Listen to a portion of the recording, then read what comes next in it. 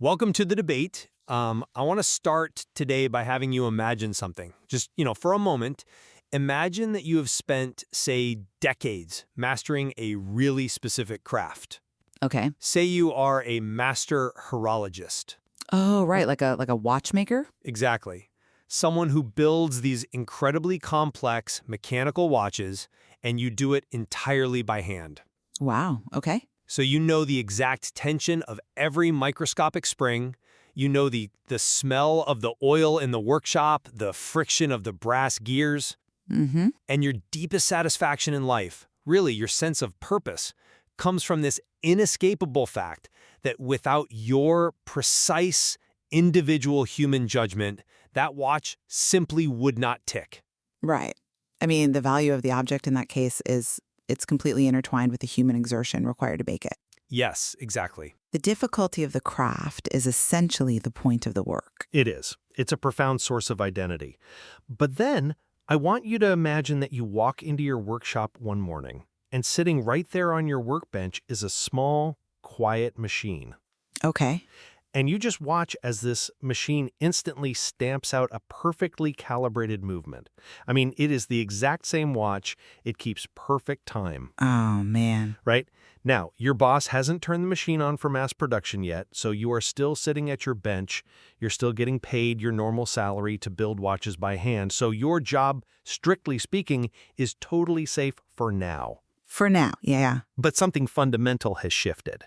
Everything about how you perceive the value of your own work has just shattered. It's a really vivid image. And I think, honestly, if you are listening to this and you work in coding or copywriting or financial analysis, you have probably felt that exact same pit in your stomach. Oh, absolutely. You know, the first time you watched a generative AI do in 10 seconds what used to take you like 3 hours. Yeah. But I guess the real question is whether that feeling, that pit in your stomach, is a permanent destruction of the work's inherent value, or if it's just a temporary shock to our professional egos. And that underlying tension is exactly what we are unpacking today. We are exploring the phenomenon of what's being called retained work devaluation in the age of artificial intelligence. Right. So the central question before us is really this. Does the mere existence of credible AI capabilities meaningfully erode job quality and worker well-being, like before any actual job displacement occurs? Right, the pre-displacement period. Exactly. Or are these psychological effects just a temporary friction of a massive labor transition? It's a vital distinction, and I know this emerges from some recent economic frameworks, specifically looking at how we try to model exactly how these highly visible machine capabilities affect the psychological value of human work. Right. Work that, importantly, has not actually been automated yet. Yeah, because we have this massive gap now, right, between when an AI is publicly shown to be capable of a task and when a company actually, fires someone and replaces them with it. Exactly. And we're leaning heavily today on Jonathan H. Westover's analysis of Joshua Gans's 2026 meaning externality framework, which really dives into this gap. Yeah. And to me, looking at that framework, this feels like a profound, measurable harm to job quality. I mean, we are talking about a permanent hollowing out of what makes work worth doing in the first place. Okay. And I think that requires massive structural reorganization of how we design jobs, how we compensate people, but I know you see it quite differently. I do, yeah. I mean, I think we have to be very careful not to conflate a temporary crisis of professional identity with some kind of permanent structural flaw in the labor market itself. But it feels permanent to the workers. It feels that way, sure, but I would argue that human work meaning can and naturally does adapt. I mean, we have seen this historically. Meaning shifts, right? It moves to focus on the usefulness of the output and on human relationships rather than demanding an exclusive monopoly over a really specific task. So to really understand this, I think we need to break down where the meaning of work actually comes from, because the Gans material we are referencing provides a really helpful distinction between two different sources of meaning. Let's do it. So first, there is the useful output effect. Right. And that is just the social value of the work. If you are a doctor, the patient gets well. That usefulness remains intact regardless of who or what does the work. Exactly. The patient is still cured. Right, but the second piece, and this is the crucial one, is the attributable contribution effect. And that is the psychological sense that the outcome required your specific personal effort. Exactly. It's that very human, very deep-seated belief that says, if I did not do this, it would not have happened. Which I would argue is the absolute bedrock of professional identity for millions of high-skilled knowledge workers. Okay. I mean, think about what happens when companies like OpenAI or Google release these massive public benchmarks, showing off what their models can do. The big demo days. Right. It creates this bizarre dynamic. They do this to build hype, to secure venture funding, to get private returns, but in doing so, they force workers to bear a massive social cost in the form of pre-displacement anxiety. I see. The worker sees the benchmark, and even if their employer hasn't bought the software, even if they're years away from implementing it, the psychological amenity of the job just evaporates. So you are describing what economists in this space call a meaning externality. Yes. That tech developers gain the financial upside of the hype, while the broader workforce absorbs the psychological cost of feeling obsolete. Precisely. But I really want to challenge the foundation of that attributable contribution effect. I mean, should we genuinely build our macroeconomic welfare criteria around a worker's mistaken belief that their contribution is uniquely necessary? Wait, hold on. Why do you call it mistaken?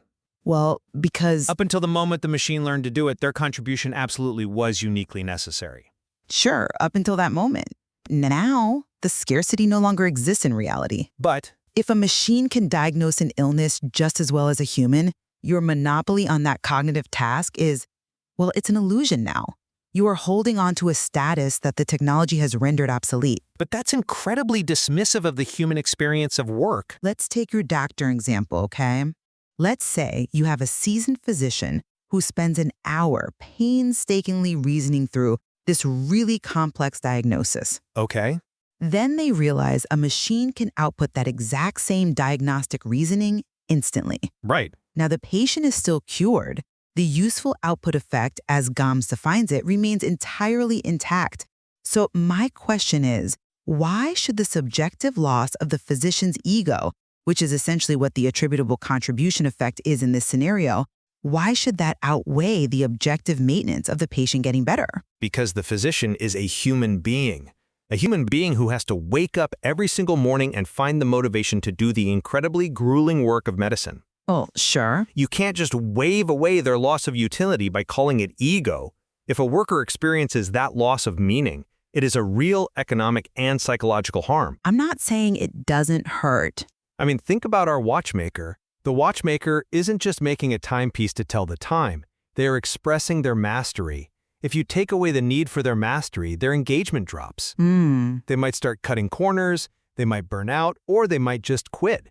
If we design policies or corporate structures that ignore the day-to-day psychological reality of the worker, we are going to see massive downstream consequences. Look, I am not waving it away as irrelevant, but we have to recognize that meaning is multidimensional. How so? It draws from purpose, it draws from significance, membership in a group, collective mission. It is not just about task exclusivity. But task exclusivity has been the driver for so long. Right. But if a seasoned physician's entire sense of professional worth relies solely on being the absolute only entity in the room capable of a diagnostic calculation, I would argue that is a highly vulnerable foundation to begin with. Vulnerable, perhaps, but historically accurate. I mean, society has rewarded that exact cognitive monopoly with prestige and massive compensation for centuries. That is true. We have told people their whole lives, go to school, master this difficult cognitive task, and you will have a secure, meaningful career. And now the rug is pulled out. I completely understand the whiplash. It is a paradigm shift. But the transition away from that monopoly shouldn't dictate how we measure welfare today. Why not? Because if we design labor policy around protecting the ego of the worker rather than the outcome for the consumer, we risk stifling innovation entirely. I mean, we would never adopt the better diagnostic tool just to protect the doctor's feelings, and that's a terrible trade-off. Okay, but wait. If people are actually this miserable because the AI is doing the intellectually thrilling part of their job, shouldn't we be seeing a mass exodus? Or at least, shouldn't these companies be paying them more to put up with the boredom? I mean, firms do not operate in a vacuum of philosophical well-being, right? They operate in a competitive market. Yes. And that is exactly where the debate gets really interesting, because we can actually track this in the market. Right. And the evidence we have right now suggests the market is already pricing in this meaning loss. Well, I wouldn't say... Think about classical economic theory regarding compensating differentials. Okay, yeah. It's the idea that if you make a job worse, you have to pay people more to do it, right? Like hazard pay.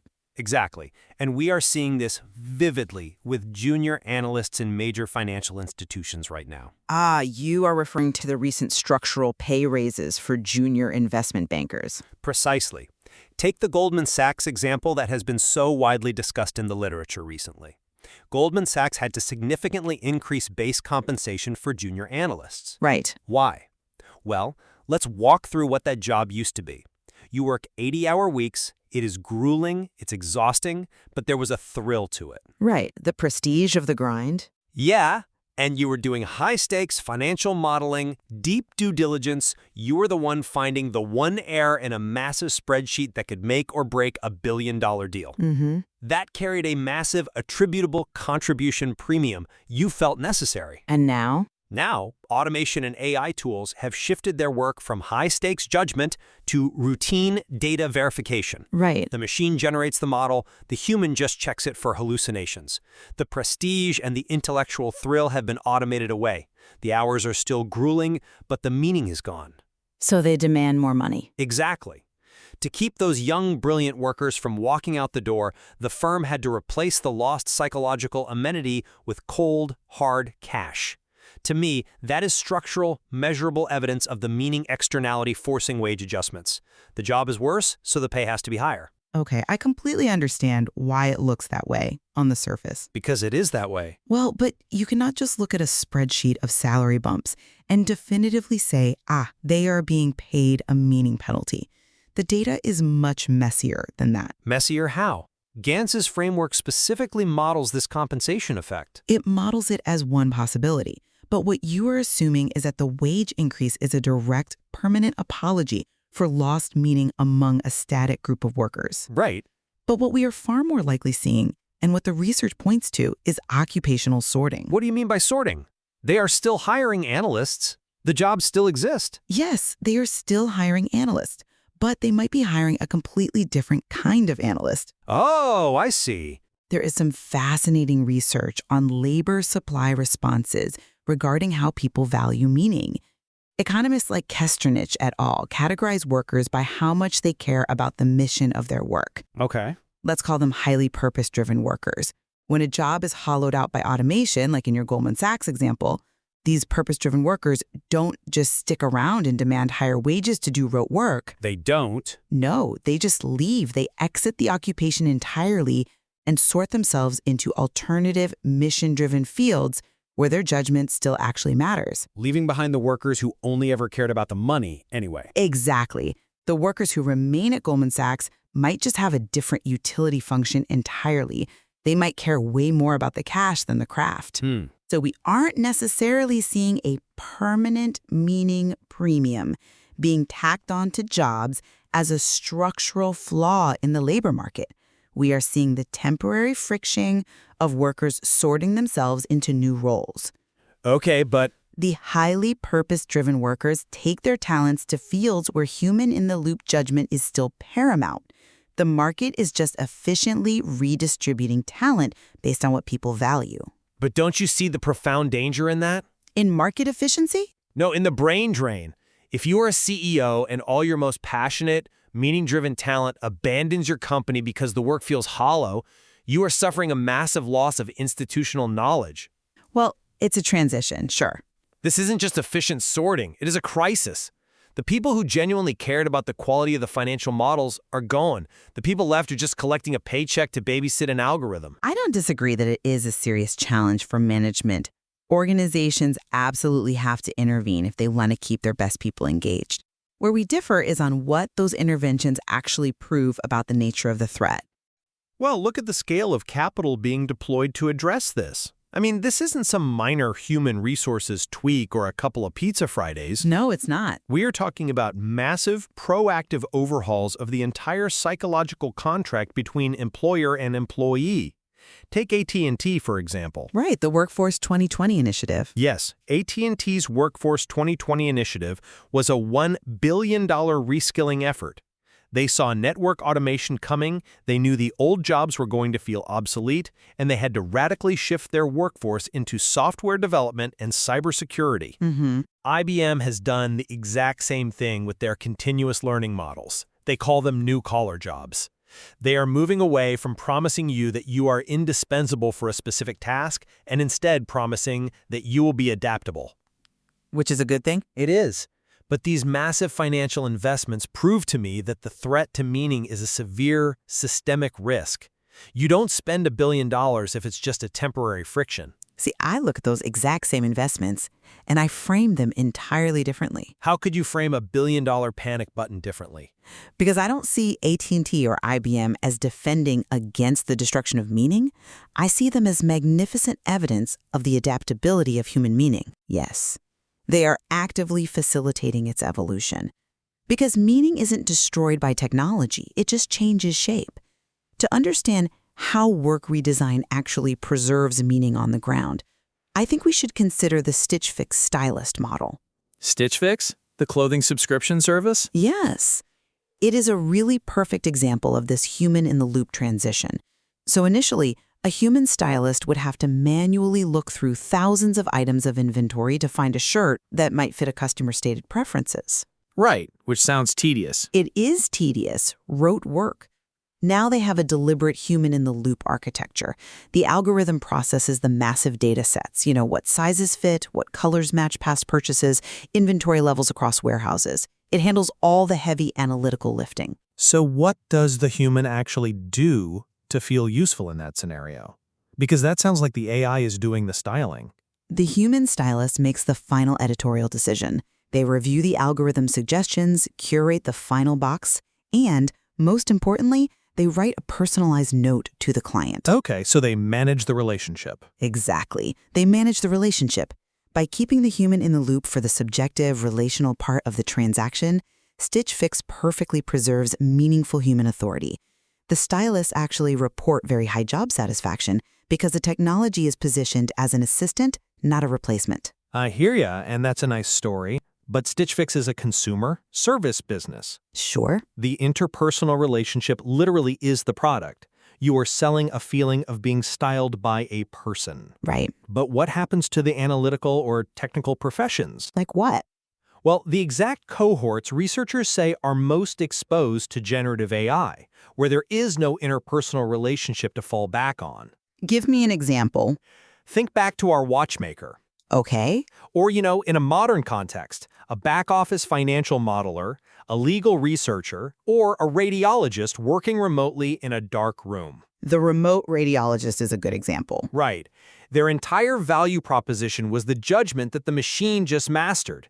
Their job doesn't have a bedside manner. When the AI masters the analysis, their attributable contribution goes to absolute zero. I see what you're saying. You can't just tell a remote radiologist to pivot to writing personalized notes to patients they never even meet. The core of their profession is hollowed out. How do they adapt? It applies equally to highly technical, high-stakes fields. It really does. Consider what is happening right now at Stanford Healthcare or Mercy Health System. Okay. They are dealing with this exact transition. Mercy Health deliberately restructured their nursing and diagnostic workflows to offload routine documentation and preliminary data synthesis to automation. But didn't that make the nurses and doctors feel like they were losing control of the patient's chart? I mean, that's their domain. It might have if they hadn't utilized what organizational psychologists call procedural justice. Procedural justice. Yeah. Which means what exactly for a regular person clocking into a shift? It means giving the workers a seat at the table when the software is actually implemented. Ah. When you roll out a new AI tool, you don't just drop it on the workers from the C-suite and say, use this. You ask the nurses and the doctors, which parts of this diagnostic process do you want to keep and which parts do you want the machine to do? Okay, so they have agency. Yes, they actively participate in redesigning their own jobs. The AI provides preliminary readings, sure, but the physician retains diagnostic authority. They sign their name to it. But isn't that just a psychological trick? I mean, let's be honest. They're essentially just signing their name to the machine's homework. It is absolutely not a trick. It is shifting the nature of the craft. How so? It shifts from generating the raw analysis to auditing the algorithmic output, navigating the complex ethical implications of a diagnosis, and applying the insight strategically to a human life. The human agency remains. It just operates at a higher level of abstraction. Operating at a higher level of abstraction sounds remarkably like middle management oversight. Well, And historically, let's look at the data. Middle management has not been the primary driver of deep, craft-based professional meaning. I think that's a bit unfair to managers. People want their hands on the wheel. If I am just auditing output all day, my engagement drops, even if the overall goal of the hospital or the company is noble. We can't just slap a nice mission statement on a devalued job and expect high-skilled knowledge workers to maintain their intrinsic motivation. But you're only saying that because you remain anchored to a 19th century definition of craft. Am I? Yes, the craft of the 21st century will be human-AI collaboration. I mean, the history of labor is the history of redefining meaning. Sure, over generations. A farmer in the 1800s probably thought sitting at a desk typing on a keyboard all day was meaningless, disconnected work. But we found meaning in it. We built whole identities around it. That is true. As long as organizations design workflows that preserve human authority and invest in continuous learning, we will find that meaning doesn't rely on this outdated need to be the only one capable of doing a task. And I think that brings us to the real crux of where we stand today. Yeah. To summarize my position in all this, I believe the erosion of attributable contribution, that visceral, psychological sense that your specific mind and hands were necessary to produce an outcome, that is a profound and measurable pre-displacement cost. It is a hidden tax on the workforce.